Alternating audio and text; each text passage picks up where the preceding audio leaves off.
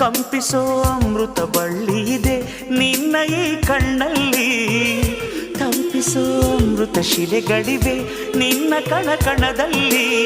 ತಾಜ ಮಹಲ ಕರಗಿಸಿ ಎರಕ ಹೊಯ್ದ ರೂಪಸಿ ಹೊಗಳ ಮಾತುಗಳಲ್ಲವೇ ಅಲ್ಲ.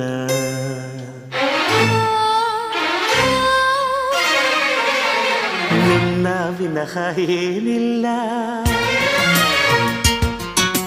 ಪುನಃ